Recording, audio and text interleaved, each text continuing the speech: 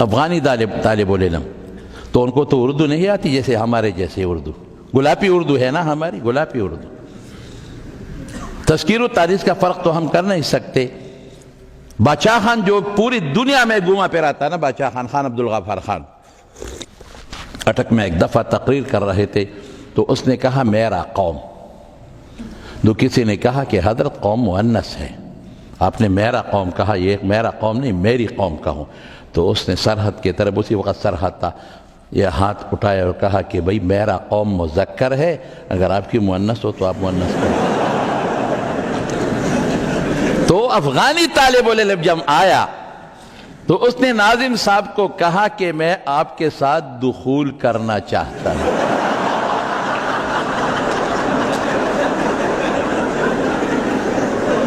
داخلہ لینا چاہتا ہوں کہ بجائے یہ لفظ کہا، وہ تو پٹھانی تھے، افغان تھے نا۔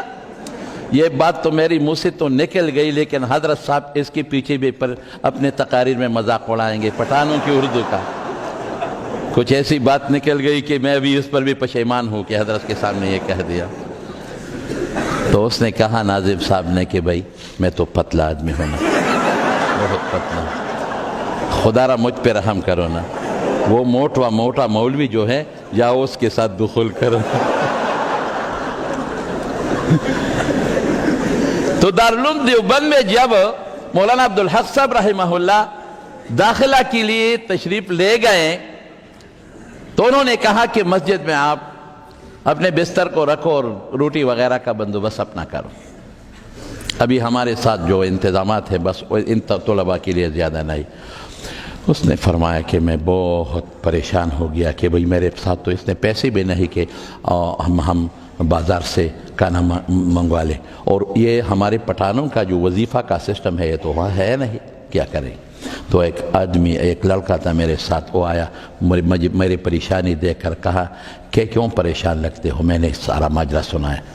تو اس نے کہا کہ اگر آپ کی نصف روٹی پہ گزارا ہوتا ہے اور تھوڑی سی سالن تو میں آپ کو روزانہ کے حساب سے لا دوں گا۔ میں نے کہا ٹھیک ہے، پورے سال اسی طالب العلم دے نصف روٹی اور تھوڑا سا دال وغیرہ ایک پیالی میں مجھے صبح اور شام کو وہ لاتا تھا اور میں کھاتا تھا۔ کہاں پوچھو نہیں کہ کہاں سے لاتے ہو۔